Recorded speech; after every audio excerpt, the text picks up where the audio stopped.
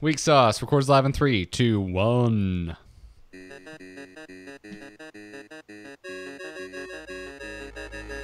Get ready to kick off your week with Weeksauce.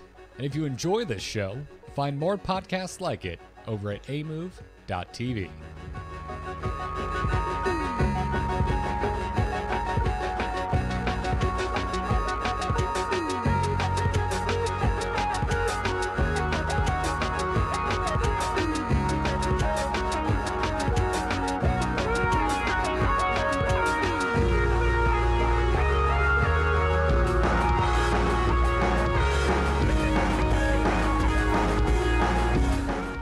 Happy Monday, everybody, and welcome back to Weeksauce, the podcast helping you kick off your Monday and your week. I'm Garrett Weinzierl, and joining me, as always, is Mr. Kyle Ferguson, recently back from a vacation. Vacation time, Kyle. Yes, I got back last Monday, so we're back into it. This is just the first show of this return from this vacation. Yeah, we already did your triumphant return on Into the Nexus. Right. I'm already back. I've been here for a week. Hello, everybody. Yeah, but that's like a topic-specific show, and this is like, talk about what you feel like. No, totally. And it was a good vacation. It was family-filled, so everyone who kind of knows that role can guess that it was a little tiring, and there was a lot of recovery from it, but it was a fantastic break from the day-to-day, and just, even in video games and content creation, you get caught up in doing the day job. Yeah. And you forget to innovate. And And it has to happen. I've always really liked the old man idea of the 2-2-2. You do the weekend you do the date every 2 weeks, you do the long weekend every 2 months, and then you do the full week every 2 years. But those mini dates aren't happening. Those little weekends do not happen. Yeah, we used to be really good about it. Katie and I, we're only 2 hours away from Orlando. Hotels are cheap. It's usually pretty easy for us to get out there. But this year, it's been tight. Things have been tight over here. So we haven't been getting away, recharging our batteries. So we've made it to now April.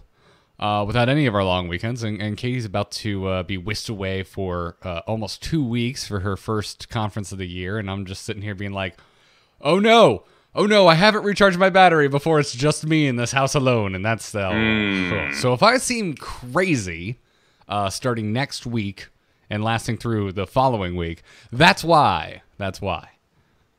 Yeah, you should definitely free up things during that time and make sure something's different about it, because trying to do everything you normally do without the significant other being significant is pretty rough.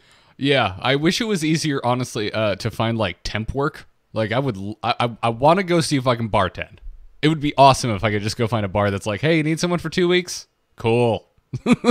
But I don't think anyone's gonna bother with that, because by the time you're trained, you're done. So screw you, buddy.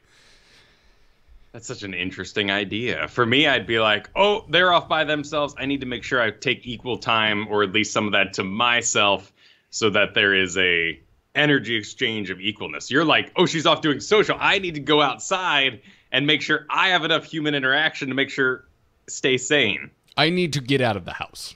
Yeah. We work from home, Kyle. You work from home with your significant other. Most of the time, you have other human beings to interact with. Even when you and Kristen are off doing separate things in the same home, someone's there. If it really came down to, if I really had a mental break, I could kick that door in and be like, "Talk to me." I don't have that. I sit here alone until about 6 p.m. every day, and then Katie comes home. And I'm just sitting there like a puppy. Actually, well, there's 2 other actual puppies here, and we're all equally as excited to see Katie when she walks through that door.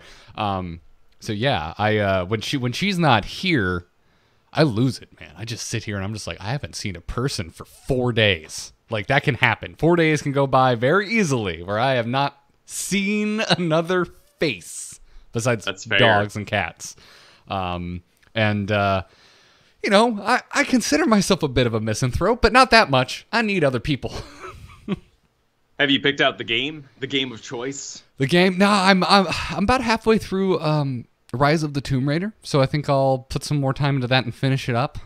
Oh, right. That's different than the Tomb Raider. Yes, it's actually the sequel to the Tomb Raider reboot, even though Rise of the Tomb Raider makes it sound like it's the first one in the reboot, but it's actually the second. Yeah. I thought that was a remaster, in all honesty. Yeah, I honestly just forgot what it was called. I really enjoyed Tomb Raider when they did that reboot back in, like, was it 13 now? I think it was 2013 when the reboot came out. Had a great time with it. And then the sequel came out. It was Xbox One exclusive, but it was a timed exclusive for like 2 years or something stupid. Oh my. Yeah. In that time, I ended up picking up an Xbox One, but I was more concerned with like Halo and stuff. So, whatever the case is, forgot about it. Went and saw the movie. The movie was lackluster, but it reminded me how much I liked the reboot, and went out and picked up the sequel. And I've been plinking away at it here and there. It's pretty fun. Wait, the movie's already out? The Tomb Raider thing? Oh, actually, yeah, Kyle. So since you are back, and you missed so much, I wanted to catch you up. Good, because can I catch you up? So I'm going to tell you some things you missed while you were gone, and I want your relatively quick hot take on it. Mm-hmm. Okay, so Kyle, while you were gone, Drake streamed Fortnite, and the internet lost its mind.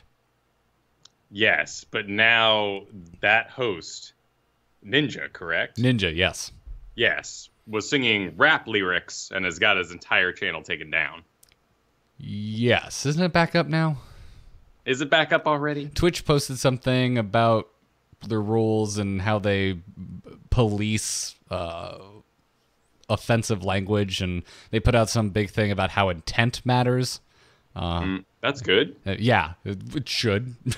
But yes, so that's been a lot of ups and downs. Dude was on Ninja. Ninja was on news programs. It was recently found out that he makes an obscene amount of money every month streaming Fortnite. Really? Yes. I know I said this was going to be quick, but oddly enough, yesterday was Easter. We do a family thing every Easter. Go down to Venice, hang out with the fam. My cousins show up. My older cousins are more like my parents' age, and they show up with their friends who are older than my parents. And this woman who I never met, who's significantly older, starts talking to me about Ninja and Fortnite. Like, she finds out I podcast. She's like, "Oh, I saw Ninja on whatever news program was the other night," and she's talking about how this kid's making like $500,000 a month, and asking me about Fortnite and what she had all of this knowledge, very aware of what's happening on the Twitch front. Well, that's good again for us. The YouTube the YouTube celebrity has not exactly been rich for about 2 years now. So, if anything, I'm more shocked to hear that people are now Twitch rich. Oh, Twitch rich. Okay, yeah, stuff like that happens. But yeah, it was just it was interesting because that never really happens. Like, I don't end up at random family functions and have educated conversations about what I do with anyone. Yeah, my grandma, 91 at the table, one night said, "Kyle, what is it you do?" And yeah, I gave her internet radio host. That's the best one. Yeah, internet radio. I host and produce it. That's a solid one. That's a solid way to kind of, it's no, grandma, it's it's radio. It's just on the internet. You can get it whenever you want it. Oh, that's nice. That's everybody's grandma's voice, by the way. But it was fascinating. But anyway, back to catching you up. So Drake, and I'm aware of this slightly. He showed up with like football buddies. I don't know. I didn't watch it. There was like a team, and Ninja was like really cool. I guess he passed out healing items that he normally wouldn't, or something, or they were nubs and he was great, so he made them look great, and it was a huge success. So I don't need to catch you up. You know more than I do. Yeah, apparently. Well, also, it's the exact same thing, right? It's just like anything that sort of breaks into our territory of gaming, and you wake up and you're looking at your phone, and you're like, what the crap? People are gonna think this is all I do. Yeah. Everyone's just Everyone's going to assume that I hang out with famous rappers. It's like, no, that's not the case. No, I hang out with people just as nerdy, if not more nerdy than myself. Hey, ride it, man. Yeah, it was fine. It was cool. It was an interesting conversation. But back to the rapid fire. Also, while you're gone, PUBG players are shouting "dead game." Yeah, obviously. Anyone could take that guess when this Fortnite explosion happened, because it's the damn Infamous prototype. They're such different games, but we always got to do this. It actually, we got to explore Mayan and Aztec ruins, mostly Mayan, because those are the ones that aren't in Mexico City, and Mexico City is now Mexico City, which means they built on top of it a city, or also the conquistadors and the Spanish tore apart the giant, awesome buildings to build their temples and whatnot. So we were in the middle of nowhere. Like, Chichen Itza was the tourist trap version, which is very interesting.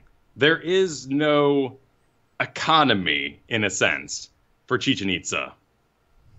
Whereas the pyramids and something like Machu Picchu had a civilization of sorts that sustained an economy before the tourism began. So when you go to Egypt, which I've never been to, but I asked my 91-year-old grandma, she's like, "Oh, it's great. There's no shops at all around the pyramids because that's a thing. This is the city that makes money. These are the pyramids that make money."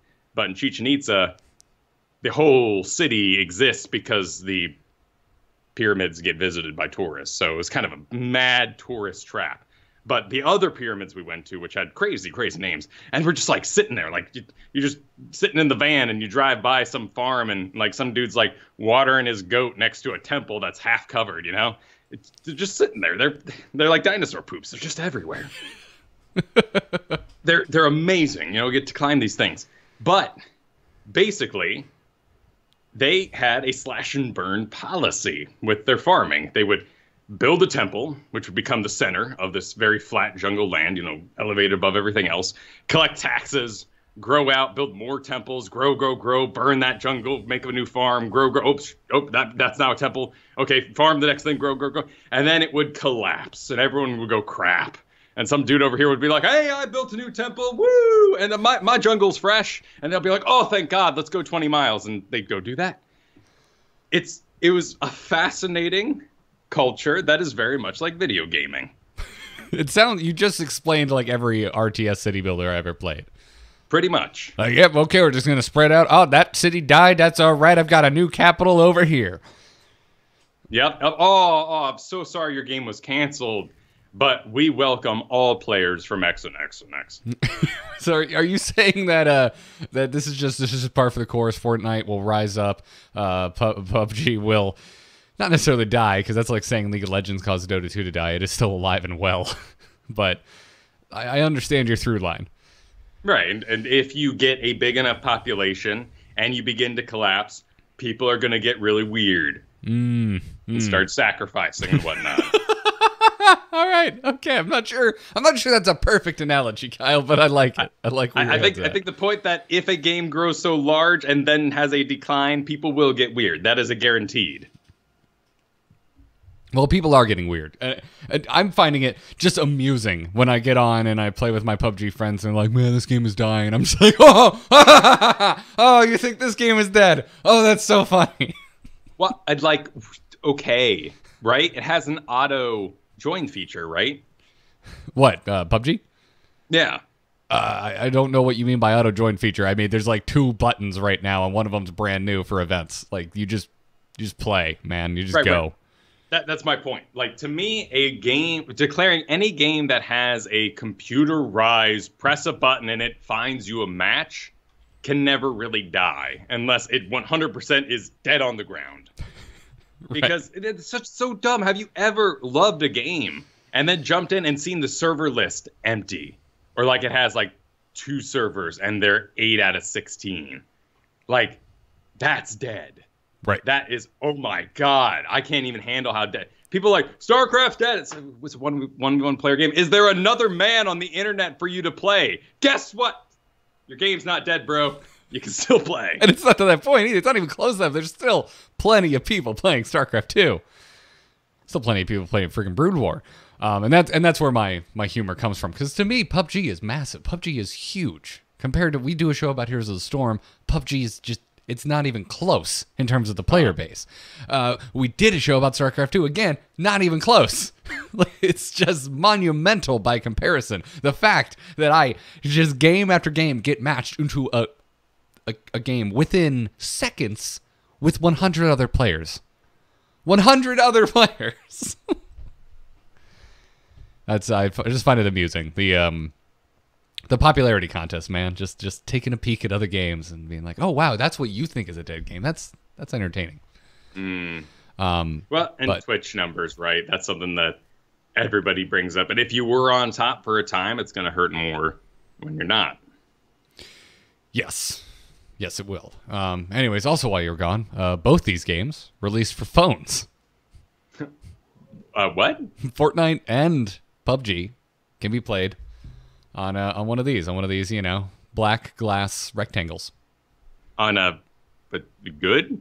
Well, I haven't personally played it because I don't even like playing Hearthstone on my phone if I have the option of playing it on my computer.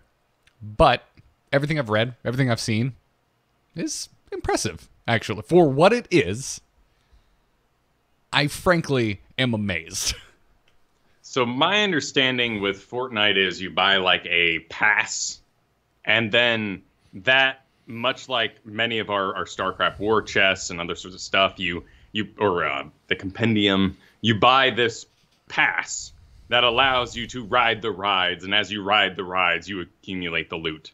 So you are subscribing to play a free-to-play game a lot, and you're going to get something back for that $10, more than you would receive than just buying $10 worth in the cosmetic store. So almost like a stim pack in Heroes of the Storm? Yeah, exactly. Okay. There you're spending money to agree to get more resources. In this, you kind of spend money and you climb through the web of talents that are items for you to unlock. Yeah, I have basically no understanding of Fortnite besides it is very similar. I can't play first person. The shooting isn't as good, and you can build things. But the fact that they put out on mobile with this subscription kind of thing together, I guess makes sense, and people would be willing to play a downgraded version of the game in order to participate if they're traveling or whatnot. To continue the grind. Yeah, exactly. Yeah. I mean, and immediately I've been seeing articles all over the place about how this is just taking over in schools, and it's a real problem. And it reminds me of when Pokemon cards were banned at my elementary school. And it's just funny kind of thing, and it's always, this is the new word, like parents, your kids aren't learning in school because they're playing Fortnite. I'm like, man, this is the same thing. Just replace this with Pogs, replace this with Pokemon cards, replace this with Furbies.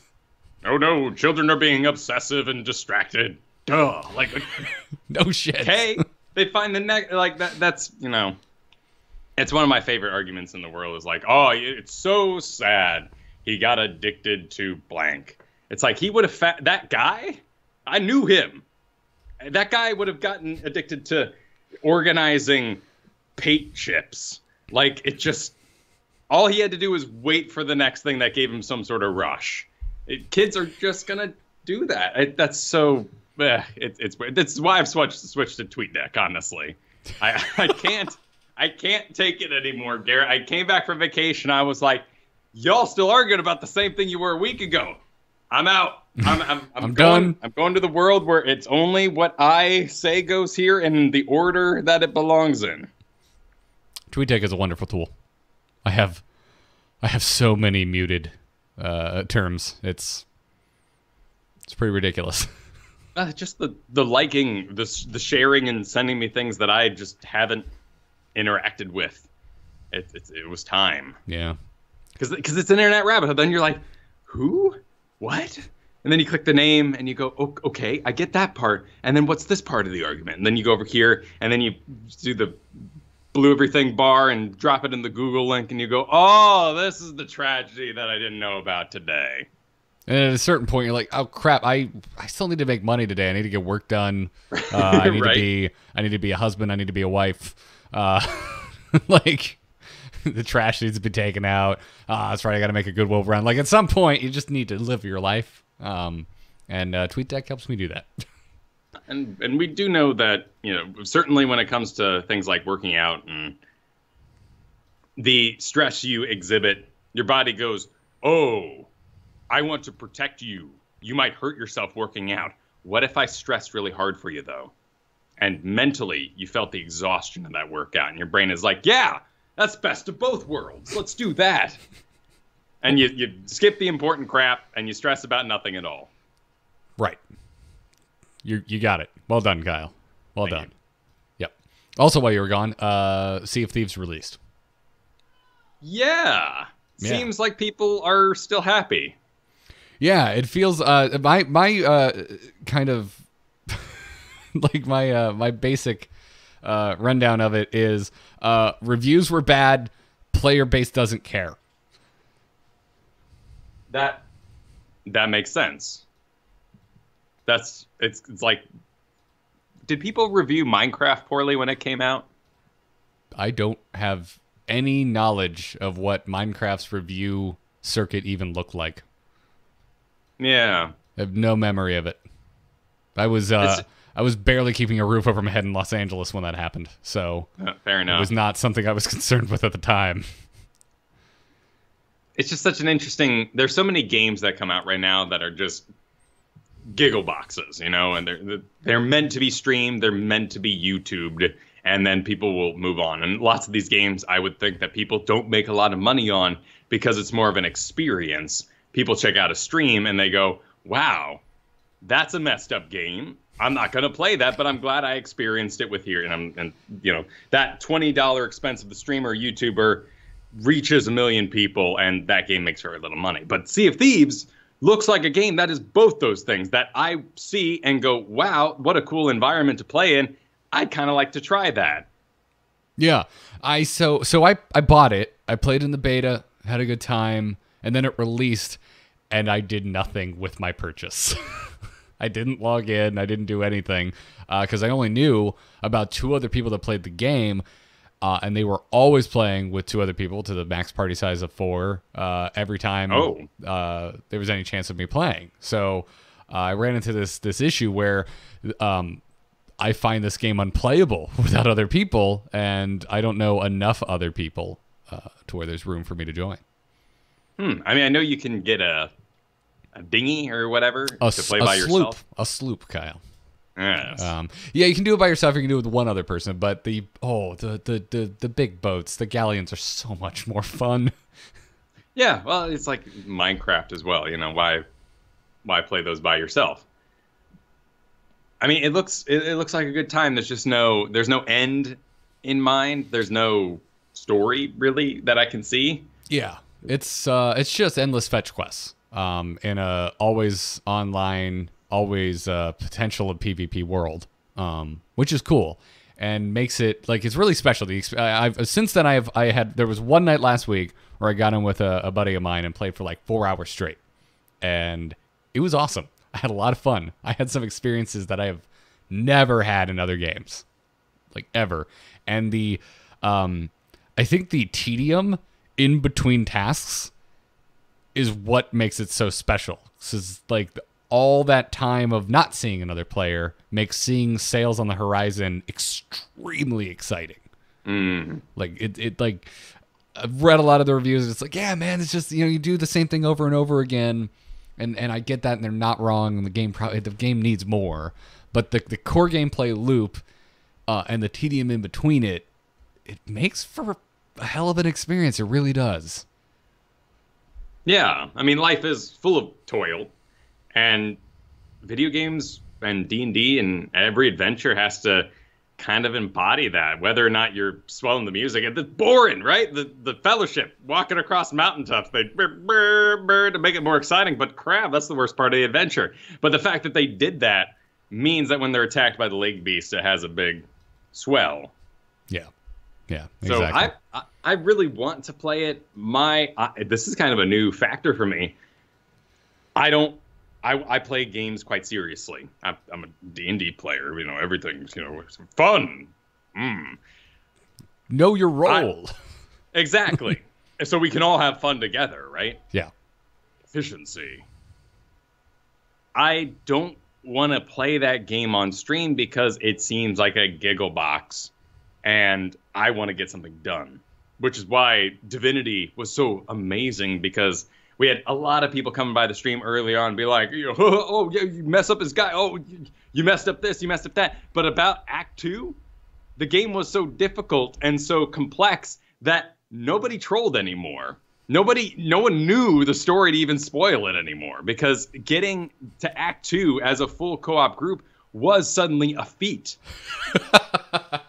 And everybody respected how seriously we took it, and the fact that we weren't, being entertainers. We were getting through the game was the entertainment. That's awesome, man. Yeah, I mean, you can definitely get stuff done in Sea of Thieves. There was a point in that 4-hour playthrough where we're like, all right, it is time to be pirates. Let's go screw some other players up. Let's actively hunt other ships. And when we did that, it became very interesting. We chased one particular ship for like a half hour straight across the seas. Do you transform your ship, or does it get battle damage? Yeah. The ship damage is a big part of the game. You can blast holes. Holes can be blasted in your ship, or you can take damage from running aground or hitting a rock, and it will create holes in your hull. And if you're running a galleon, you've got basically 3 levels. You've got your deck, you've got your sub deck, where your equipment is, and then you've got the lowest deck, and that'll start filling up with water if any holes are put in your ship, or if you hit a storm. The storms will cause you to take on water as well, and you have to literally run down with your bucket and bail out your ship and take wood and hammer up the holes. If you are really good at being a pirate, does your ship become black pearled in any way? Yeah, you can customize it, but to my knowledge, there's no way to actually make it better. As in the gameplay loop I have seen so far, there's all kinds of stuff to get. All of it is cosmetic. Every single thing in the game is cosmetic. From the get-go, you have the same cannons as everyone else. You have access to the same guns as everyone else. There's no difference. That's good. I would just like some sort of... If you are the terror of the high seas, it'd be pretty damn awesome if you could become the skeletal crew. Yeah, that would be cool, yes. I mean, you can become a pirate legend. I don't even know what that means, because I'm probably never going to play the game enough to get to that point.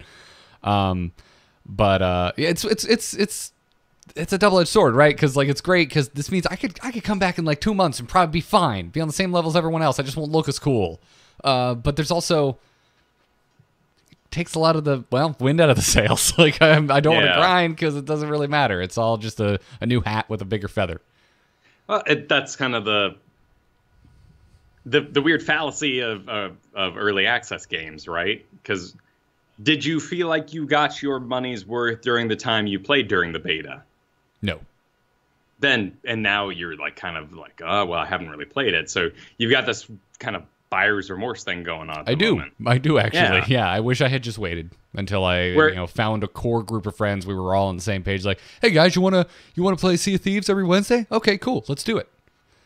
There Are Billions is still in early access. They just released a actual orchestra soundtrack, which I'm like, oh, good show of using the money well, right? Mm-hmm. But I beat you. I'm done.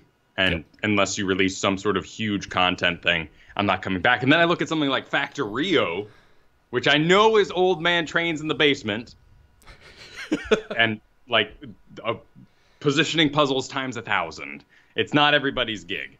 But I spent $20 on that 2 years ago, and he updates every 3 days. And he is constantly changing the puzzle layouts, the graphics. He just added weather and stuff. Oh my God. Some of these games you're like, you never even have to release, boy. What are you doing?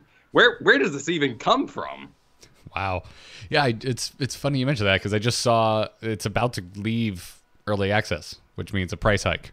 And I was like, oh, I saw Kyle talking about this. I know Jack about this game. Let me look at it. Maybe I want to get it while it's cheap. And no, that does not look like something I want to play. It's so fun. I mean, if you enjoy marble machines, if you enjoy having a goal, I'd say is the best part of it. You are crashed on this alien world. As you produce population, you summon Zerg, basically, who build on your outskirts. I set it to death world, so the Zerg are super pissed off all the time. And I got like this conveyor belt going around my entire base with bullets on it, and the machines are loading bullets into the turrets all the time, and there's this whole network to build the bullets. I just had to upgrade my bullets by mixing the steel, the copper, and the bullets of the previous one into the it's madness. It's so good, but I totally get it that nobody might want to play the game I enjoy here. It's not that it looks unappealing to me, it's that I think I'll lose too many hours. That's fair. Yeah, That's it's fair. It looks like another like Civ. Like when a new Civ comes out, I get it, and I just disappear for 3 days. You will not see. I will come out when Katie shows up. Like, we really need to eat, and I'm like, all right, like come out, cut up some chicken, and that's about it. That game I will just lose days of my life to, and that's what Factorio looks like to me. The nice thing is it grows as a puzzle, whereas XCOM or Darkest Dungeon, you know that grind. You are going to go into the world, you're going to do your missions, then there's going to be that part of you that goes, oh, I finally get to spend the resources I made. So you go back to town and you spend everything, and then you're like, crap, I spent everything. I really wanted to get X today. I'll do another mission. Like, the nice thing about Factorio is you type into your save file, fix your damn trains, enter, and you come back to it later and you fix your damn trains. And you know there's a million other things to do, but they'll take you just as long as the trains. There's no tricks there in your head playing like, you can do one more before bed, because there is no one more. Right. So when you set your own goals, you're good to go. Exactly. Cool. I mean, that's how you should play Sea of Thieves, in my opinion. Like, you figure out what are you doing that Minecraft night? and everything else. Yeah. You can do the same thing in PUBG. I really want to get you into PUBG. Just try it out, because it seems like it's out of your comfort zone. I want to see how you take to it, because it can be real goofy, but there is always a task to be performed while getting goofy. It looks fun. Yeah, I want to try it. I want to get you in there, man. Summer sales coming up. Ooh, it is. You're right. Sea of Thieves where is that thing? It's Microsoft, so you need to buy it on the Microsoft Store, install the Xbox app, and make sure you're on Windows 10, or you can't even play it. Oh, that's all modern, and you also have I always forget that you have an Xbox One. So the other thing I like about it is the other night I was just like, I want to play, but I don't feel like being in my office. So if you buy it through the Microsoft Store, you can just play on your computer or your Xbox, and it's all cross-saved and whatnot. So I just laid down on the couch, fired it up. I mean, the frame rate isn't nearly as good as it is on the PC because I have an OG Xbox One. So do you. But it works, man. Like, the way the water doesn't look as good, but the way physics are exactly the same. You're having the same experience as your buddies on PC. You can play with your buddies on PC on the Xbox and vice versa. Like, that about it is nice. It's just, man, that Microsoft Store is a pain in the ass to navigate. If I'm going to ring the bell to summon the co-op groups, which, damn it, it's time to decide on a party side, everybody. I can't keep kicking out one friend just because you want to be 4 players today, and then inviting him back because you got 5. Oh, you're 6 now. Oh. It's frustrating stuff. But if I'm going to ring the bell to summon the warriors, I'm going to do it for Vermintide. It's really the game I'm holding off on right now. Let me know. I know you've got a group, but tell me, man, I'm there. I want to play that game. I mean, you've got Left 4 Dead Seniority in my head. That's my streaming group if we're streaming it, but because I hear there's like streamer things you can do with it, like the Twitch can enter stuff and make it harder or easier for you using that director kind of system. Oh, very cool. I like that. I just really want to play it. It looks very fun. But it's $30, and it's totally going to be like $5 because it's a Warhammer game. Yeah, Warhammer games they just had a Total War, not Total War. What's the Warhammer one? What's the Warhammer RTS? No, it's made by Total War, right? It's Total Warhammer or something. It's got a name, and it's leaving my brain. But they just had a sale where it's like $5 for basically any of those you wanted. Yeah, I've never played one of those actually. Neither have I. My brother's really into them, like really freaking into them. I always figured no, there's a Warhammer RTS that isn't Total War. God. I thought it was Total War Warhammer.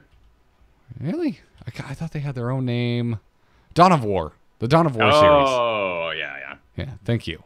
Dawn Same of thing, War. though. Yeah, they had a big Dawn of War sale, like every single damn Dawn of War game ever made on sale. Yeah.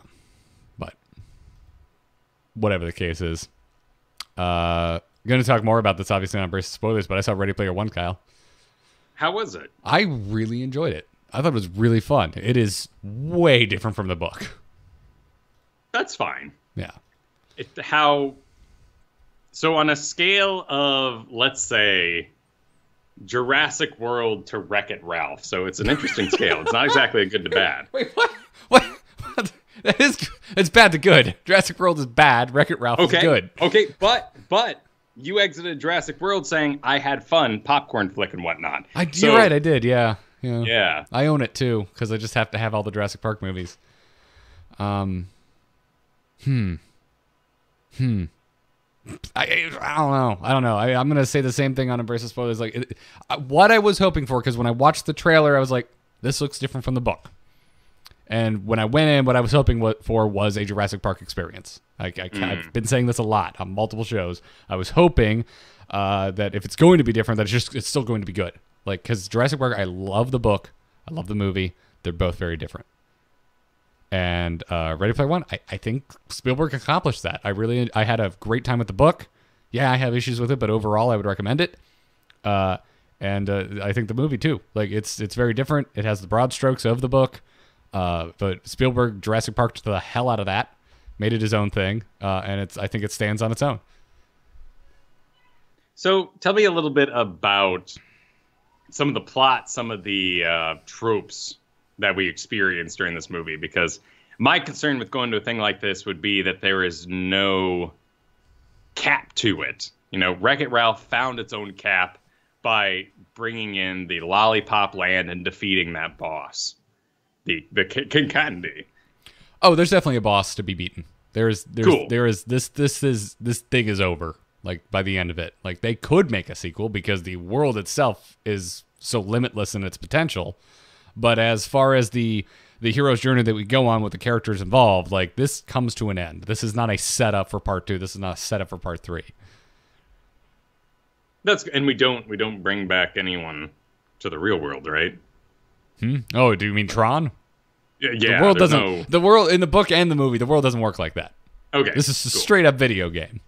There's no babies made in that universe that are then somehow teleported into our own world or something weird. No, this isn't Tron. This isn't The Matrix. This isn't anything like this. Is like you put on a headset and you went and played your MMO.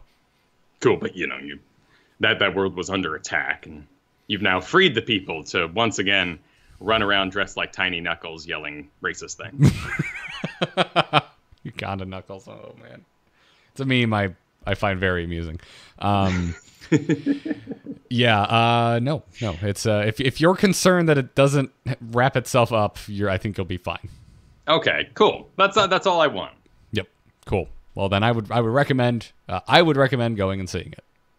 I could see you and Kristen.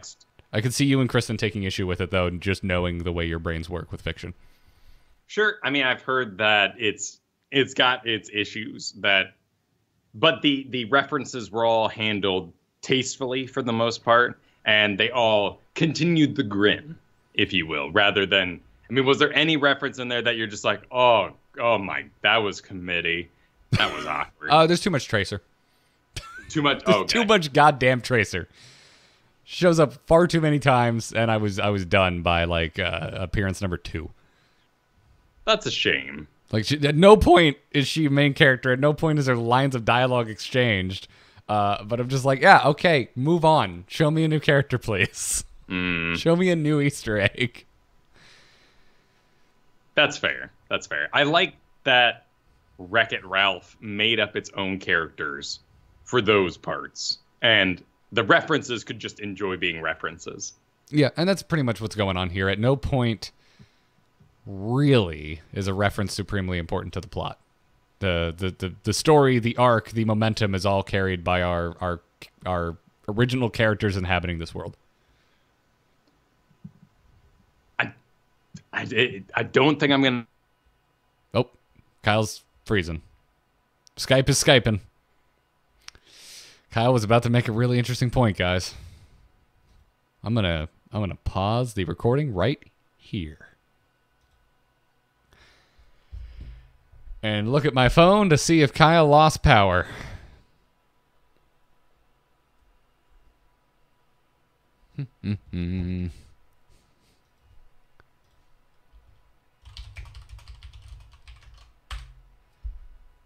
I am going to turn that off so we're not staring at a... Ah, there goes the call. There it goes. All right. Well, we're going to see. We're going to see what happens. I'm going to wait for the Kyle text.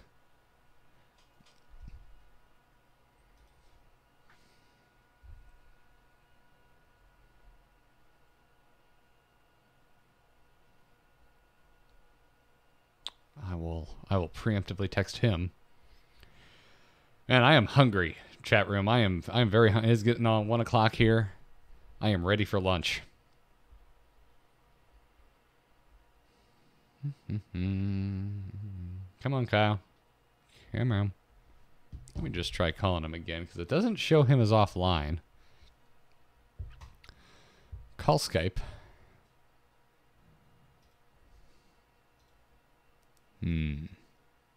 Call failed.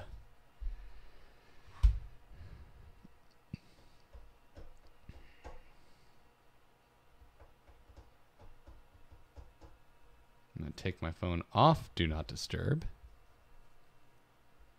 And turn on the sound so I don't miss it. So how are you doing, chat room? Everyone have a fun weekend? Do some family stuff since it was a holiday. Have some fun, eat some food. What just happened? Oh, Kyle is turning green. Kyle is turning green. Let's try calling him again. Oh, that sucks, Drizzling Rose. I'm sorry to hear that. I hate the flu. I am the worst when I am sick. I'm an absolute baby. May have called him too soon. He's not answering. Kyle is becoming the Hulk. I would like to see a Hulk Kyle. That'd be a really tall Hulk, because Kyle is a lanky dude. Saying try again. Let's try again. Wait, that was it. Oh, that's weird. So my last message to him in Skype on desktop shows it getting to him.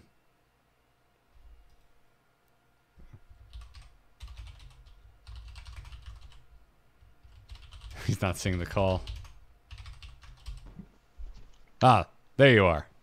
All right. That made no sense. Just random poopage? Yeah, whole internet went out on me, but Kristen's streaming in the other room and she was fine, so... Yeah, happens.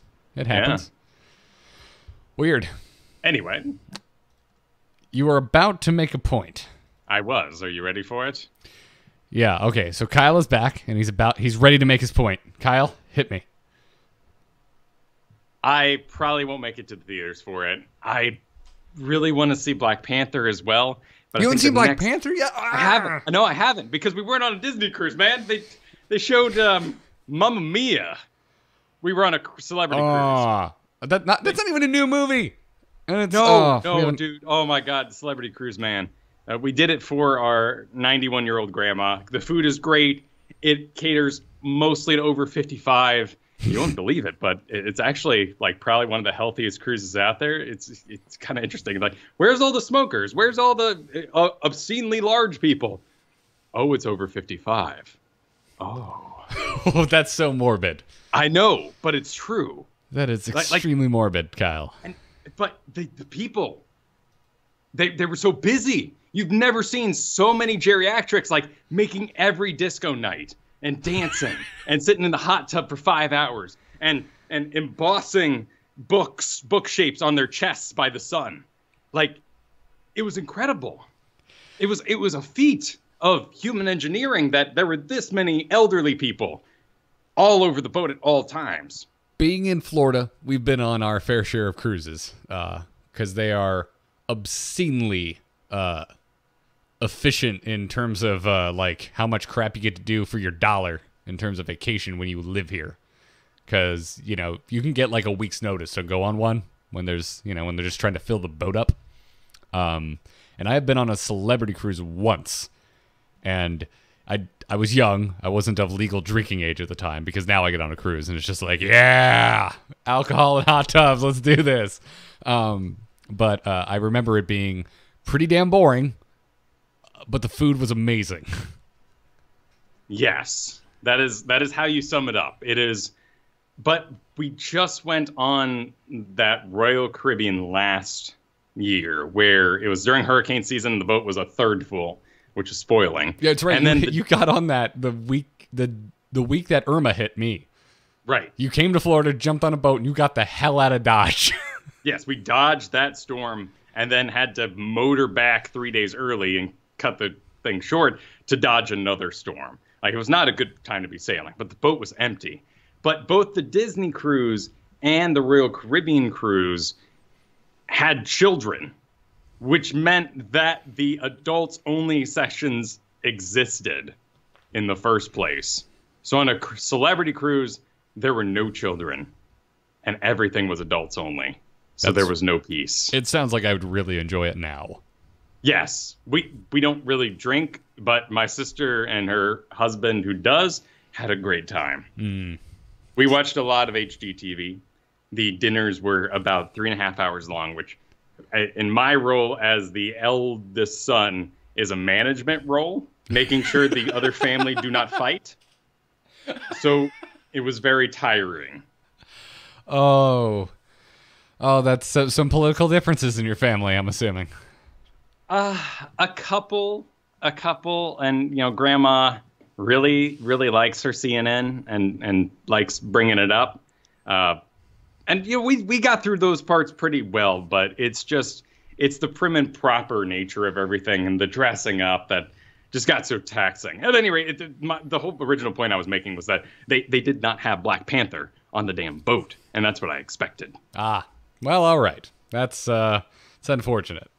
Black Panther was solid, man. I would say, though, just as far as big screens are concerned, if you had to make a choice, I'd go Ready Player One. It's definitely more of a spectacle. Special effects in Black Panther were not that great. Well, and it's expensive to go to the movies. I do trade that value, and you're a mystery behind a curtain, so I will often wait. I think the next movie I'm actually going to make it out to the theaters for is Incredibles 2, which comes out on my birthday. When is that coming up? When is your birthday? June 15th. June 15th. Oh, that's okay. So you're a ways out. You're going to skip Solo, huh? You're going to skip Solo? Yes. I would have skipped the other one, too. I would have skipped all of them so far, actually. Maybe not The Force Awakens. I think Curiosity went out there, but I do not want to give my money anymore. Really? You're just out. You're out on Star Wars. Yeah, it's not like standing up in the Applebee's and being like, we're never coming here again as a family. Like, I don't care. I'm not making a point. I do feel like, though, that for a full price ticket, also the amount of time that those movies are. I mean, 2 full hours and change sometimes. It's just not. I'm not having fun. That's interesting, because I just picked up the Blu-ray for Last Jedi, and my biggest complaint is of the removal of like a 10-minute scene that seemed rather key to the plot. What is it? All right, if you haven't seen Last Jedi yet, I'm assuming you don't listen to anything I do. So, when Rey finally breaks Luke down, and he's like, "You have 3 lessons. It begins tomorrow." You know that point? Mm-hmm. They never show the 3rd lesson, Kyle. Didn't they? No, they didn't. They showed 2 lessons. The 3rd one was completely finished. Everything was done on it, and they just cut it out. What was it? The the little fish nuns that lived on Octu.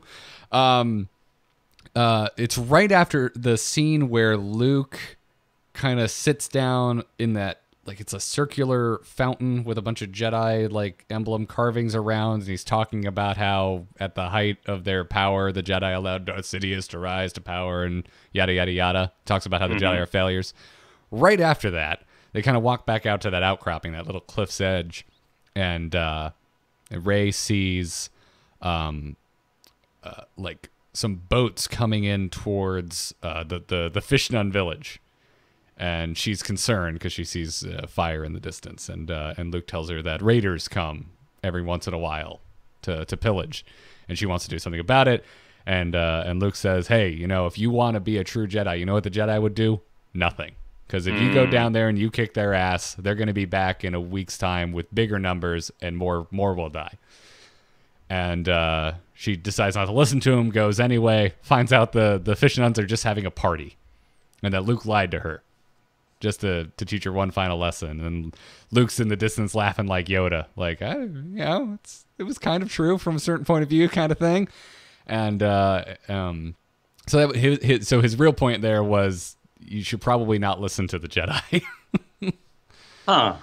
I mean, not a strengthening scene for anything that we haven't already known. Right. Apparently, from comments I read, it was removed because they thought it just went one step too far with curmudgeon Luke.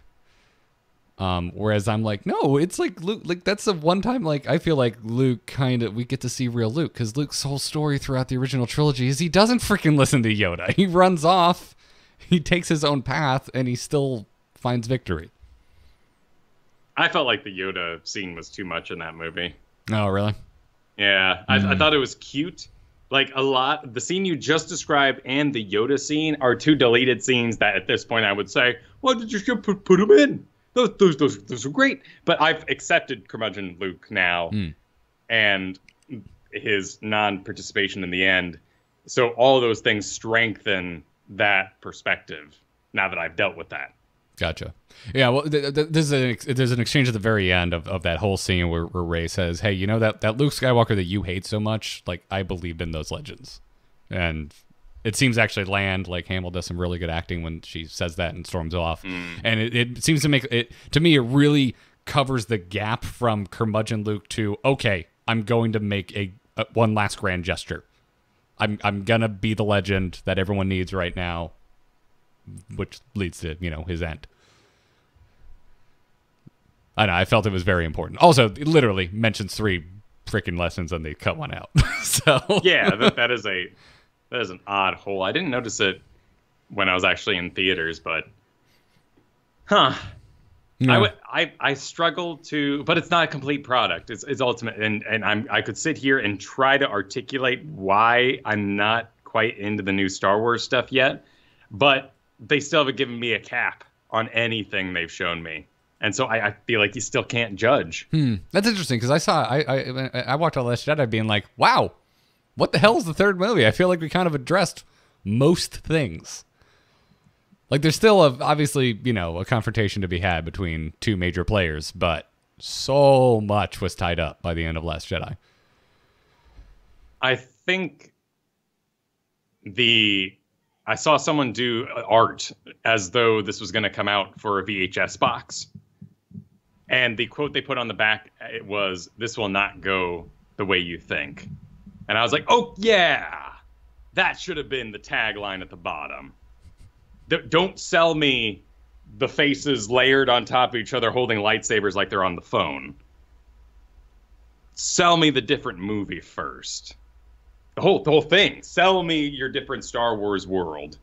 Because all you did was reboot and then make a bogus-ass story for no reason. Okay. I didn't... That's definitely not my read on the situation. You purposefully have weakened your hero's tale without warning the audience. Everything about your toys, your products, your advertisements has sold me a world of adventure, but you're selling a world of realism. It's more like Avengers. Obviously, this is success over here. Let's do it over here. But Avengers has, and particularly Marvel, has always had that civil rights feel, It's what so many of those things evolved from and part of. So you're saying because of the rather harsh, realistic answers from Last Jedi that it's too much like a Winter Soldier for you? Yeah. And Winter Soldier, because of the isolation of it, is cool, because those gunships go into the sky and then are shot down. Fantastical. they don't go into the sky, kill everybody, and then we go, but our heroes are still heroes. What? I think blowing up buildings. I think it's a fair assessment to. I kind of like. I understand where you're coming from, and now you're bringing me over to your side of the fence. I think what you're saying is Last Jedi would have worked a lot better as one of the in-betweens and not a numbered saga film. Like that type of treatment, that type of overall tone. Right. Not that story can't be told, not that can't be part of Star Wars, but when you take it and put it on the pedestal of the other movies, I think those tales, the ones that survive time, and when you show them to be an adventure like that, there is a certain exchange and payoff that, and this is my personality, and this is what I enjoy, I'm willing to accept, and I think it's great to tell me a story I've already seen before in new trappings. That's fine by me. I didn't need Star Wars to be different. Gotcha. Fair enough. But did you? Because you didn't like Force Awakens, and that was pretty same. No, all of them have been different. Huh. Okay. The Force Awakens, it's tough because, again, like I don't want to poo on anything on any of the movies because we haven't seen what happens yet.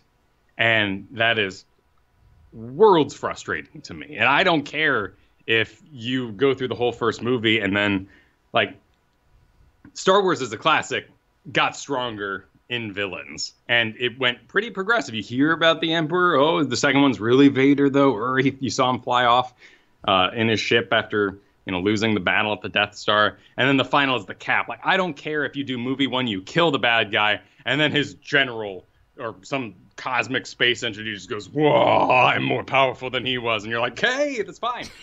Just bring it on. Okay. Yeah, I guess I just disagree. And that's okay. And and this is kind of let's end the conversation because there's nothing for me to disagree with because it's so nebulous at the moment. Yeah. For me, it's interesting because I'm trying to compare it to, like, well, I think this feels like the original trilogy if I had to wait for any of them. I was born into a world where they were all out, right? Or Return of the Jedi. Yeah, I think Return of the Jedi was even out by the time. Yes. So it's an imperfect analogy for me because it wasn't really there. I didn't live that. My entire life I've known the arc of the original trilogy.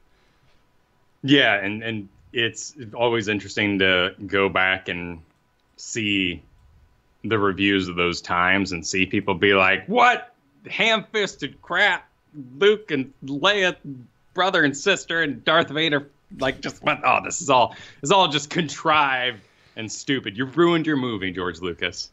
Yeah, whereas I look at the original trilogy, I love it. I love Return of the Jedi. I really like how it ended. I don't care Ewoks are kind of dumb. How was, you saw Pacific Rim, right? Yeah, it was fun. It's not nearly as good as the first, but it's a serviceable sequel. That's such a shame. That's a movie where, like, all the trappings just seem perfect, and all you got to do is not screw it up. Yeah, you really didn't like Pacific Rim, whereas I really liked Pacific Rim. I think... To me, Pacific Rim succeeded in every single way that the Transformers films failed. I think, to me, Pacific Rim fell into the same mind space as old Godzilla, but I give old Godzilla movies a pass because they're old. And if you watch those original ones, like 9/10 of the movie is a bunch of people in a boardroom discussing things. And like real the time period, like ignoring the women and the men being, planning the stuff. And then like the one smart girl comes in and like, what? Is she really a scientist? And you're like, oh my God, the times. But that is so boring. But when you get to the dudes in suits, I see the parallel there. When you do that in a modern movie with all the history behind you to look back on and you still make a boring ass in-betweeners, I'm like, how could you? You're fighting monsters with robots. Like give them objectives. I think that's one of the big problems is Independence Day, you had a technological objective. You had research done in the background. You had labs. You had military bases. Whereas Pacific Rim, like everything, they had a mystery, but it didn't need solving. They could have punched their way, and they did punch their way through everything. That's what I want from my giant robot. I know. But it is. Maybe it was the mind link thing that didn't need to happen. Well, this one the sequel has a lot less of that, but yeah, I don't know. It's a movie I don't feel the need to defend. I'm just like, I love this. This is the dumb action. This is one of my favorite just big dumb action movies. I'm aware it's a big dumb action movie. I completely understand if someone else doesn't like it. Yeah. But yeah, the sequel was I would say skippable, but I had fun. How was Destruction? Did they care for human life in the city? They cared for it as much as they did in the first one. Oh, okay. The first one spends, there's an entire scene about how they have those underground shelters and how they direct the populace there. And they don't go back in. They don't. What I liked about it is they didn't retread anything. The mind link is there, but they're just kind of like, yeah, initiate the drift, and that's kind of it. There's like one scene where they play with it for drama in the whole movie. And then there's like Spidey webbing. What? Spidey webbing. Yeah, pretty much. And then when we get our climactic final battle and you see the kaiju destroying the city, there's a shot of like the crowd running into one of those shelters. Okay. And that's it. It's like 3 seconds, blink, you miss it. Like it's there. It's just to me, what I liked about it was they didn't retread anything. Like I felt like they're like, yeah, you saw the first one, you know what this shit is. Let's move on. I have a problem with high technology and people-looking robots, because if you have all the technology in the world, you would build a flying gun. Just a big-ass handgun with rockets on it so it can go wherever it wants. Yeah, we're not going to agree on that, because I'm like, no, giant robots are cool, and I don't care about your logic anymore. Right, that's stupid. No one wants to see my flying gun movie. But, actually, they do. They're the ships in all the Aliens films and Halo. Right, yeah, you just fly around. They're literally flying rifles. Right, that's a difference, because then you're in space and like the planets, they're now basically like flowers to be crushed, and you're just a kid outside with a stick and an anthill. I think Halo handles it really well, because the ships in that, they literally are giant flying rifles, the frigate class ships and their background. Like Halo just writes it to where like, hey, there's still going to have to be ground combat, even though these things exist. So like above you in the skybox, you see these things duking it out, but it's not your job because that's boring. Let's make the game about the foot soldier. Definitely. No, and then that's because, there's technology, you got to go in there and press the buttons. And that is kind of what I'm talking about. When you have human robots, the whole point of a humanoid robot is to brawl, is to arrest. And in those movies where they pick up oh my God, first of all, any fight where you're not the bad guy and you're assuming everyone else is crap and you throw somebody, I'm like, wow, what? Don't ever take your enemy and chuck them where you don't know they're going to be. You're going to get stabbed in the eye when you find them or something. Like it always goes bad. But if you're building a brawling robot, you're there to wrestle. You got to keep them off the buildings. That's the whole point of having a humanoid robot is to push them into other locations, reposition, and duel. So when you're a giant robot and you punch a monster into a building, you just done messed up in the number one Into the Breach kind of way. But in Into the Breach, it's also a resource to be manipulated. If it doesn't hit 0, it's irrelevant. No, that's true. I like the way they show it with the population loss. You messed up real bad. Yeah, but try to make you feel bad. But they try to make you feel bad, but at the same time too, like if you don't get to the end and destroy the insects in Into the Breach, you fail on a grander scale. And that's never bothered me. Like I'm fine with collateral damage because what? Coming from the man who said, I don't want self-driving cars so the computer doesn't sacrifice me for the greater good? Because it's not going to end the world. No, what if you're driving down the street and like UFO comes right through space and it's big old, and it just like, it kind of slows down its big old big old whole launcher thing is right there, and you're driving by a half-constructed turnpike, and the car's like, for Frodo, and just right into the ship, and you save the world. That was not the point I was making, Kyle. The point that I was making was 1-to-1. One life versus another, not the fate of the world versus me on my daily commute. No, I'm just saying, you didn't. It wasn't a big trip either. You're just going out for milk, going down the street. No, not equal, man. Not equal. Not equal at all. Like if they don't punch that kaiju into that building to hopefully spear its brain, that kaiju's just gonna kill everyone. Right. Doesn't bother me. Doesn't bother me. Plus, it looks cool, and I want to see it. You can't argue with that. It's like salt. Okay, but did it look cool? Yeah, we can agree that that's fine. I could agree that we didn't need that description. We didn't need the scene of saying salt. Well, the stupidest thing is they had rust bucket ships, and they're like, this is how we'll show salt. It's like, no, you have rusty ships. Nope. Duh. The plan, it's salt, rust salt. It's perfect. Salt, rust, we're good. We're done. Just say, these ships are rusty from the salt. Like, no one has to lick anything. You don't even need to explain it. It doesn't matter. Who cares? Oh, dude, do you watch any YouTube creators like History Channels or what's the big one that Kristen watches? Game Theory and Movie Theory. No.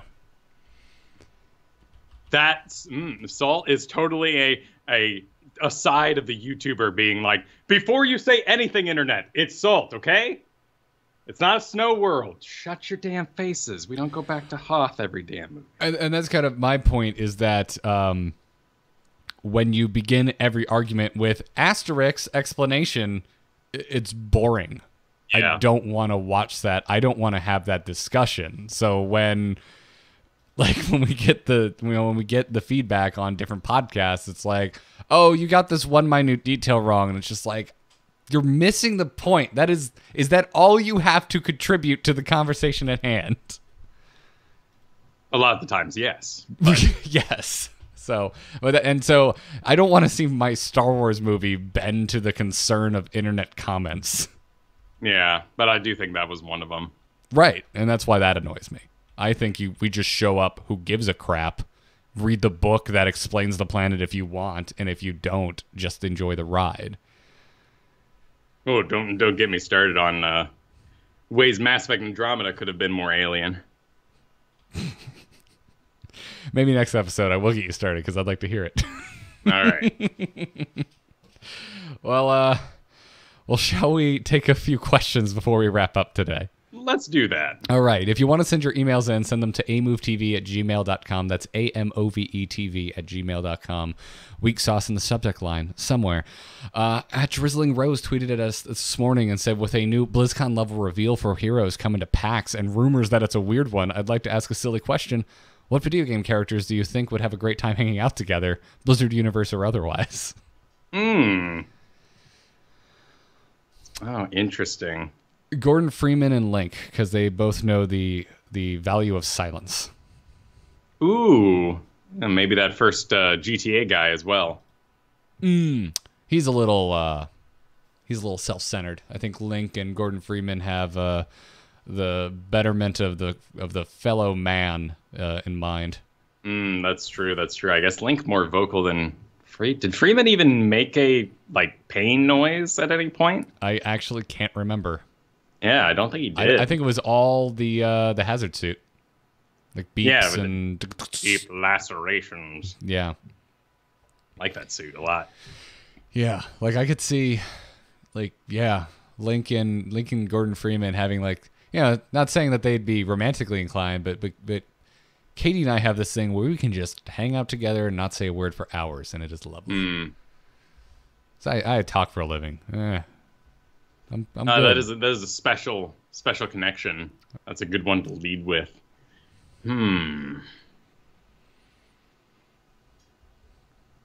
That's a good question, because a lot of characters might not get along, Yeah.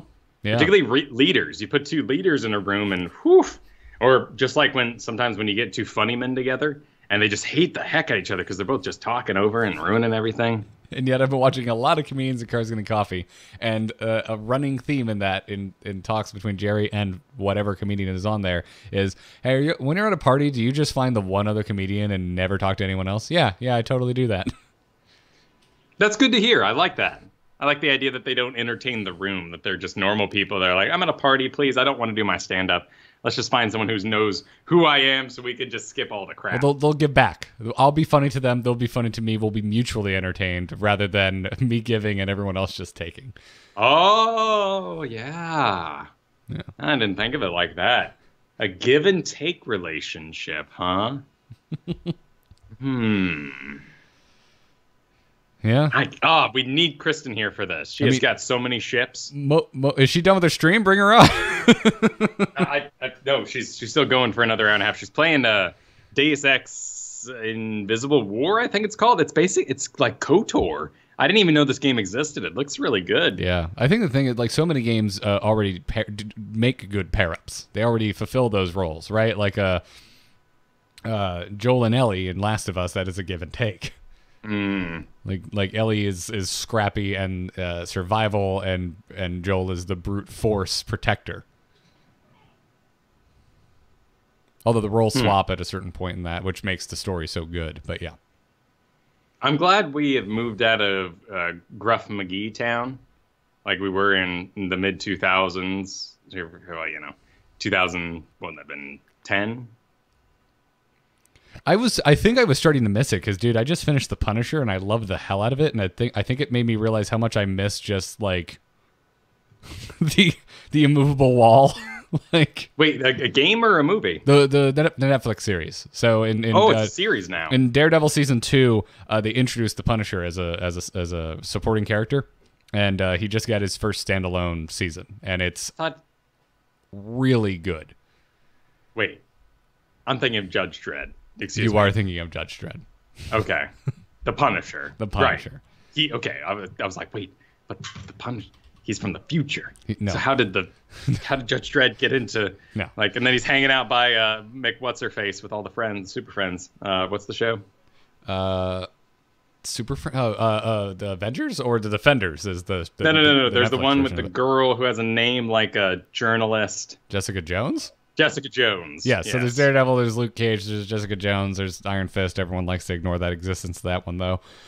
Traffic every 10 minutes with Jessica Jones. Yeah. But, I see your point. Like, we got more vulnerable heroes. And the character of Frank Castle, the Punisher, is definitely a vulnerable hero. But his ability to just take bullet wounds and continue fighting is something I really missed in my fiction. It is the Mal Reynolds character is missing right now, I think. Yeah. Indiana Jones is my favorite hero because he has no superpowers beyond he just gets back up. He takes a hit, you see it land, you see the pain in his face, and he stands back up anyway. I like that Jocelyn Gross is actually in the chat listing some of her own. Alarak and Li Ming. I think she's grabbing onto Kristen's shipping here. Oh, yeah. That's an episode of Seinfeld. That's two people sitting in a coffee shop judging everyone else in the room. Yeah, they'd be horrible roommates to each other. Yes, they would be. Yes, they absolutely would. But that's not wrong. That's not wrong. They just think they're the smartest people in the room. The whole trilogy for Kristen, by the way, the new Star Wars trilogy, hinges on, was it Reylo? Well, then I know she has a lot of issues with Last Jedi, but there's a big portion of that she should have really enjoyed. Oh, she loves the, can you get pregnant from holding hands, asking for a friend? Yeah, but I still stand by my summation of Last Jedi that Force users and their treatment perfect. Everyone else, flawed in my enjoyment of the film. I like where they took Jedi. I could have taken or left all the Resistance stuff. But, yeah. I don't have nothing else pops immediately into mind because I know I feel like such a horror. I don't. Like, who would you pair Tychus up with? Tychus Finley, one of our mutually favorite video game characters. Who does Tychus like want to party with? That's not in the same universe. Okay. Like, who's Because if want we to have to hang hook out? him up for like goodsies in a happy relationship, there's a lot of growing that needs to be done there. Yeah, no. I'm just saying, who do you get along with? Like, who would you just like? Do we just become best friends? I could see him and would Varian get drunk? I think Varian would get drunk. Yeah. I think drunk Varian Tychus would have a great time. Oh, especially like in the midst of his amnesia variant, like when he was still a pit fighter. Yeah. Like I could see him them just like knocking back like 12 pints each and having a great time. And Tychus is like holding his beer, and Gul'dan's got his weird green cup, and he's just like, I did what was necessary. And he's like, damn right, and smacks him on the back. That'd be good. Yep, I could see it. Yeah. I could see it. Yeah. Yeah, I'm thinking about like other video game characters, and like, man, it's been so long since I've really really gone deep into non-Blizzard universes. Like Half-Life and Zelda are at the top of my brain because they've stuck with me so long. Yeah. Yeah, we weren't the right people to ask this. Yeah. But now I'm going to be thinking about it. I am. I'm going to be thinking about it too. Next time Kristen's on, we need to revisit this question. Yes, we will. Yeah. Harry O'Connor asks, hey guys, my fiance and I never watched X-Files when we were younger and are finally watching it now. My question is, what is a movie, TV show, or game that was massive in your youth you've never watched, played, and would you watch/play it now? My brain immediately goes to TV shows, and all I can think of is the 90s TV shows overall I think were crap. And there's none that I'm really that interested in. Well, and you have to remember, too, it was pre-internet, so there was no need to really entertain. You just had to get people to the next half hour sometimes. I think 90s were the golden age of sitcoms, and I've watched all the ones that I am interested in. I've seen every episode of Seinfeld. I'm rewatching it right now because I enjoy it so much. Fresh Prince of Bel-Air was awesome, and I've seen every episode of it. But yeah, like I'm not gonna go watch Home Improvement. I don't care. I've got a good answer actually for one that we did invest in a show I thought was absolute crap. Was King of the Hill. We watched every single episode of that, and I didn't think that would ever happen. I did that too, against my will. I don't like that show. I think love it's Mike a time Judge. and place. Maybe it's a father kind of thing. I mean, it is brilliant. I completely understand why it's as popular as it is. I hate it. I really do. But I was living with an ex who just couldn't want anything more than to watch the King of the Hill, and by the end of it, I was just I never want to hear these voice actors again. Well, I mean that's a tough one there. That's embroiled with all other sorts of emotions and boredom and fear and right. That sounds like a cage. You were trapped in the. I was trapped in watching King of the Hill. Yes, and that's a horrible thing. I had, relationships in the past. We loved Friends, and I'm like, oh my God, please. If I'd watched Friends on my own free will, maybe I'd enjoy it again. But my memories are tainted. And in particular, people might now be like, sign this petition, get boys stop playing Fortnite, and then they come in and put on whatever they're watching now. Like that was the Halo. We'd all be playing Halo, having a great time. And then everyone would show up and get all pissed off that Halo was on the TV and put on Friends. And you're like, we were here first. And my interactive entertainment was way better than your non-interactive. And you're not even watching, are you? You've seen this 100 times. What are we doing here? It sounds like you had a sister. No, just a lot of guy friends who all had girlfriends, and I didn't have a girlfriend. So there was no... I didn't even have someone to make activities with while watching this damn show. Ah, gotcha. You were the king of the castle, the lord of Halo, and then everyone showed up and ruined the evening. Ah, see, when we were in high school, we hung out maybe twice a year as couples. Those worlds didn't mix very often because you're all terrible people, and I'm including myself in this. To your friends when you first start dating, you're not fun to hang out with. You're awful. go hang out by yourself. Don't involve other people in your bullshit. No one cares. I mean, not only in like a making out kind of way, like in a you are straight up, you do not understand the powers you've unleashed, and you are just a horrible person to try to impress them. I remember when my baby sister, came home with her first boyfriend, and she was an asshole to me. Like, yeah, Kyle, whatever. You're just trying to impress and be like, oh, my brother's such an ass. He doesn't get anything. And I was like, where the heck did this come from? What's going on? Yeah, right. And that's turned up to 11 because it's sibling. Now, you're probably not that bad to your friends, but you're still pretty bad because your significant other pulls rank over everyone else in the room. So get together for dances, get together for Valentine's and dumb crap like that. Don't just hang out on weekends unless like somehow you've found the perfect people where all your interests actually coincide, because your friend doesn't care about friends as much as your significant other does. Don't cancel Halo for friends. Yeah, I had a father figure at the time. I was doing theater. He was about 60, and just respected the hell out of him. He told me, "You're not really in love," and I was like, "What you?" Get out of here. You know I wasn't. The freaking high school understanding of love was crap. Yeah. I think I agree with that to a certain point, even though I ended up marrying someone I dated in high school. I find the break's very important. The break is extremely important. It puts a lot of things into perspective. But yeah. By the way, vice versa. Don't cancel friends for Halo. Like don't do the same thing. But back to the exact question, I mean, I would say, as a recommendation, if you've never watched Seinfeld, go watch Seinfeld. Holds up. As for, he also mentioned movies. Let's see.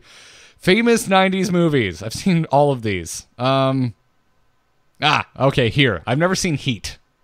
And I really want to watch Heat. So yes. I've never seen it either. I would watch Heat because I love heist films. And I love Al Pacino and Robert De Niro and Val Kilmer. So this seems like something I would probably really enjoy. Basically, if it was on cable before 2005, I didn't really see it.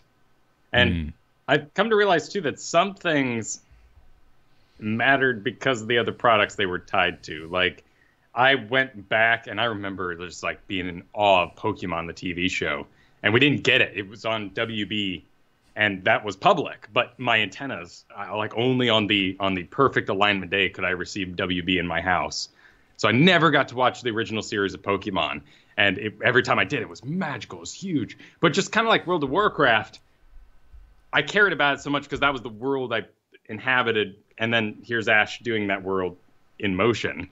And it's the same thing that happens with World of Warcraft lore. I just don't care because it didn't happen in Warcraft 3. I still really want a third-person proper Pokemon game on a console because of the anime. I remember watching it being like, man, I want to see this world from not top-down. Yeah. What an amazing, by the way, tool that was for selling me a game. That's all I needed was, I can now walk around the world that I'm used to in top-down. That's World of Warcraft. That's how they sold it to me. Yeah. Wait, I can I can be a unit down on the ground. I can look up at trees and monuments. Cool. I'm in. You sold me your game, and they still haven't given me that for Pokemon. How has that not happened? It's happened 1,000 times. They just haven't been pleased with it. I mean, Pokemon Stadium was a really big deal, but didn't fulfill that fantasy either. That's a weird one, right? It's not a proper Pokemon game. It's just it's a 3D Pokemon battle game. It's great for what it does, but it doesn't do what I want. I want to just play Pokemon Red or Blue in fully realized 3D. Can't help you. Why can't they make a good Fantastic Four movie? Because Fantastic Four is one of the lamest collection of heroes out there. Who gives a shit? Just watch Avengers. I hate the Fantastic Four. I think they're all lame as hell. But yeah. I guess Heat is my answer. Yes, I would watch Heat. I also haven't seen Fargo. I also have not seen Fargo. I would watch Hey Arnold. That's the one people always talk about loving. It's really charming. It's charming as hell. Has a fantastic soundtrack and a really fun style. I like Hey Arnold. But like everything else, like Pulp Fiction, seen it, love it. Toy Story, seen it, love it. Goodfellas, yep, love it. Jurassic Park, one of my all-time favorite movies. The Matrix, the original one, amazing. Terminator 2, in my opinion, the greatest action film ever made. Like I've seen most of these. We tried to do X-Files, but Kristen wasn't having it. Yeah, X-Files I feel like is I have not seen X-Files. And I'm hesitant because I feel like it's probably like Doctor Who. I watched I'm completely up to date on relaunched Doctor Who. You know, from Eccleston forward, I've seen every single episode, and there are so many of those that I didn't need to see. There's a ton of them that are great, really good. But I feel like I need a cheat sheet for X-Files before I watch it because I don't want to sit through just lackluster episodes. Right. I want plot. And if you're not going to do plot, you have to then build characters, maybe even side characters. But it is just an episodic show made during the time period when it's time to go on. Yeah. What are you going to show me this week? Yeah, I don't like Monster. I don't care for Monster of the Week. My favorite season of Doctor Who is, I think it's the second season of Matt Smith when they did a very like American TV arc. And I know a lot of diehards hated it. It's my favorite season because it's like, cool, we're on a ride. There's a beginning and there's an end. Sign me up. And I wish they would do more of that. But yeah, I need my cheat sheet. As far as 90s games, man, I got nothing. I haven't played Final Fantasy, and I don't want to play Final Fantasy. Yeah, Final Fantasy, Chrono Trigger, those are the big ones that come to mind that I missed out on. Yeah, I tried. I legitimately tried. I don't like Final Fantasy. It's not for me. Well, people speak so highly of Chrono Trigger too, and I don't know what there is there. I think it's because it's still, there's maybe a reveal halfway through. Like, it's not like KOTOR. It's like, you'll never guess what happens halfway through KOTOR. You get to become a Jedi. Oh, wow. Like Chrono, you become a Chrono. Well, I mean, if we're going down that, I mean, also Dragon Quest. I mean, it's the same. It's Dragon Ball Z art, same artist. So, but yeah, Japanese RPGs, man.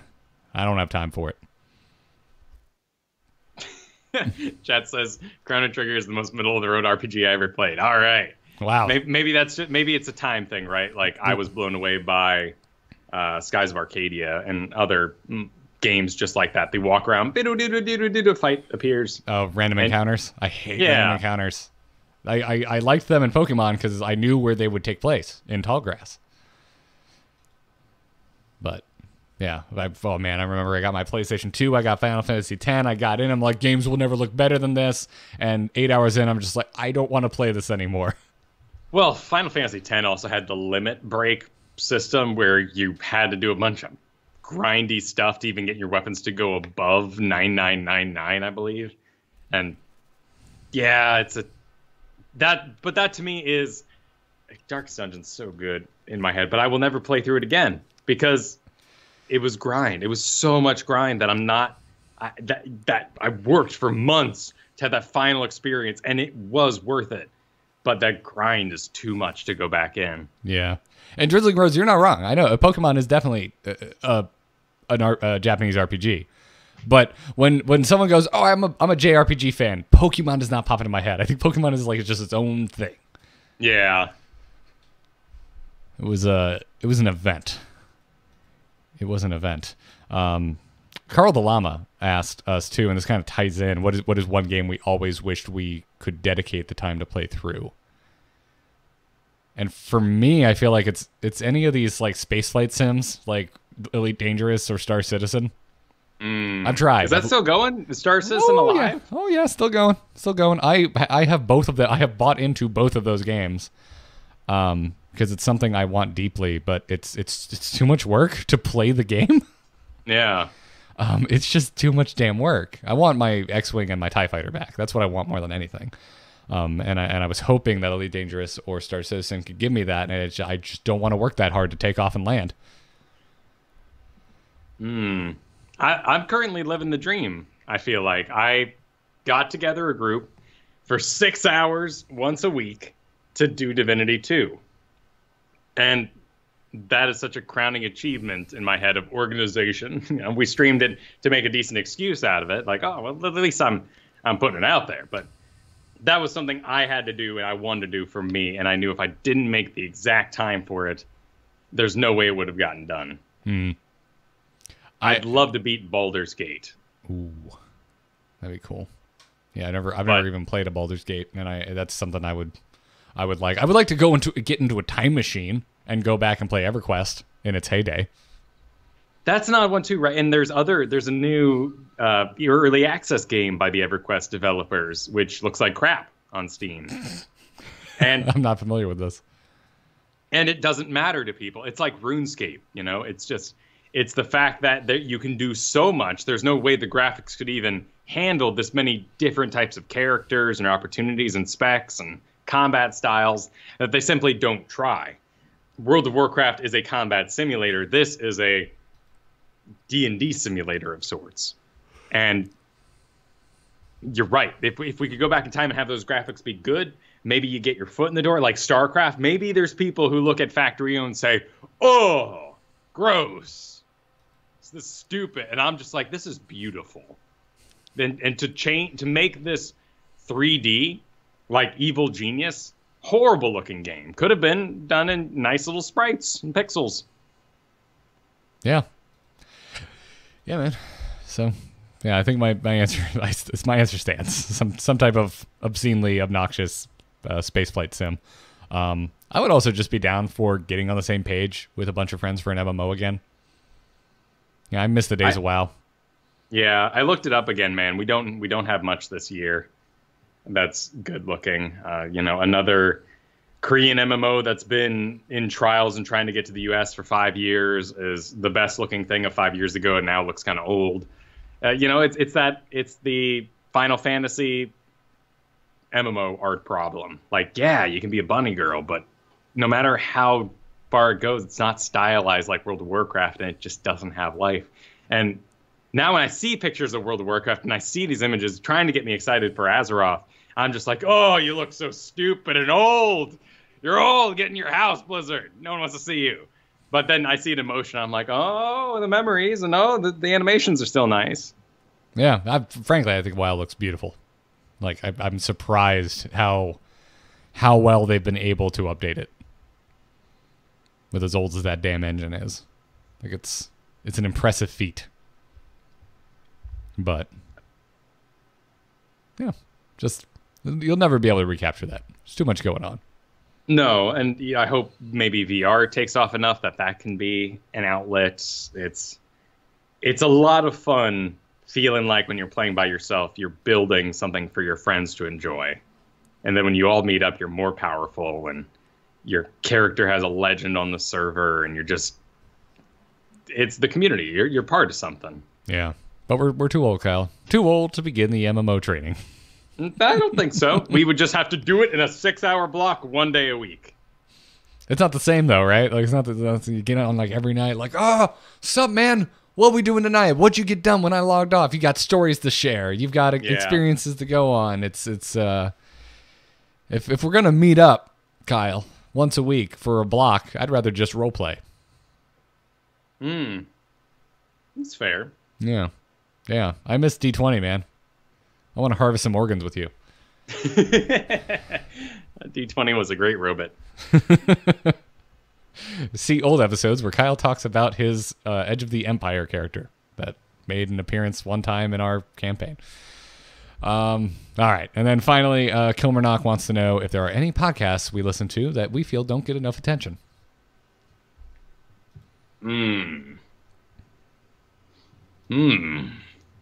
I can be entirely self-serving and say that there was this fantastic episode of ITN while I was out of town.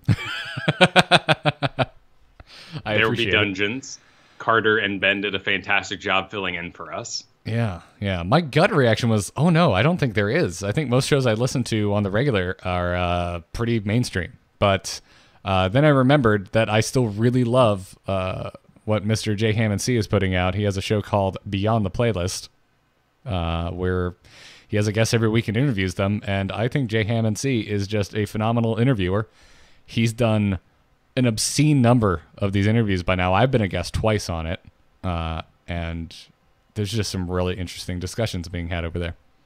So if, he's really refined that craft. And same with all of Roe's shows.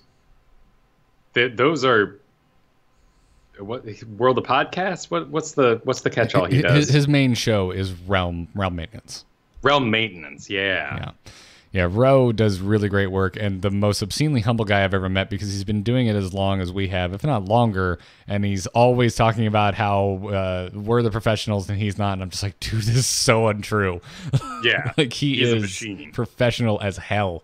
So yeah, check out Realm Maintenance and the other shows that Roe does as well. It's RHO if you're trying to find Roe himself. But yeah, those would be my two big recommendations. Yeah. Other than that, yeah, I listen to like the Juggernauts, man. I still listen to Giant Bombcast every week. I find that show infinitely entertaining. Oh, and one of my main workout shows is Film Sack. You know, at this point, this is a great question for people in data entry, and we have now moved into content creation, and sadly, that means your absorption time of things that aren't your own voice going in your ears are rather low. Yeah, I don't listen to a lot of podcasts anymore, and now that it looks like I'll be guesting on the instance on a more permanent basis, which is it guesting anyway? I don't know, but I'm going to be listening to one less podcast now. Congratulations again to you. That's I'll awesome. be on it. Yeah, but yeah. Realm Maintenance, be on the playlist. Go listen to that. Check it out. But I think it's going to wrap it up. Before we go, Kyle, where can folks find the other stuff that you do? You can find everything I do over at youtube.com/Kyle Ferguson. Today we'll be going up the Learn to Play Silver episode, and I'm excited for y'all to get a hold of that. So many people have already told me that watching that first video got you guys immediately out of bronze. I think that is ridiculously awesome, and hope the silver video can fulfill that as well. And then streams throughout the week. You know where to find those, twitch.tv/Kyle Ferguson. Yeah, everything I do is at AMove TV. I am open for freelance right now. We had some unexpected expenses pop up with this new year known as 2018. So I am ready to sing for my supper. So if you need some graphic design, head on over to nomoonart.com where you can book me for your graphic design needs. I'm also now offering lessons in 1 hour blocks. If you go to nomoonart.com/lessons. If you are looking for content creation lessons, this could be anything. You want to talk about gear. You want to talk about drafting a show. You want some Photoshop or Illustrator tips so you can make sweet art for your YouTube thumbnails or podcast episodes. Check it out. Again, nomoonart.com/lessons. And check out my solo show, R2T2, because I always have to remind people to spell Garrett with 2 R's and 2 T's, anywhere podcasts can be found. So that's going to wrap it up for this episode of Weeksauce. I'm glad to be back. I'm glad to be kicking off the week with you again, Kyle. But until next time, everyone, good luck and have fun. Take care. And that's a show. Good show, sir. Good show. Yeah, good to be back. I enjoy this valve opening of the week. Yeah, just exactly. Let it out. Talk a little bit about. I just played Factory all weekend, so I didn't do anything that exciting. But that was so good because I was back from that vacation and just wanted to curl up with my trains. Nice. Very nice, dude. That's great. That and took 1 billion hours of footage of me casting Hyperion. Casting? Oh, and Rainer? Yeah. Well, you know, you gotta lead with something scandalous so everyone gets their jimmies all wrestled. Wait, what? Oh, the first thing I'm going to recommend is Silver's play Rainer. No, I just did visuals, though. That's going to be great. Oh, okay. And you think it's going to wrestle some jimmies? Of course it will. People lost their minds over Li Ming dueling Sonya, so I'm excied to see what they think of. Oh, gotcha. Yeah, you're targeted tiltage. Exactly. I like it. You put it all in the box. Nice. Well, rad, dude. Chat, I'm gonna close up the stream and go shove some food in my face. Have a good one, folks.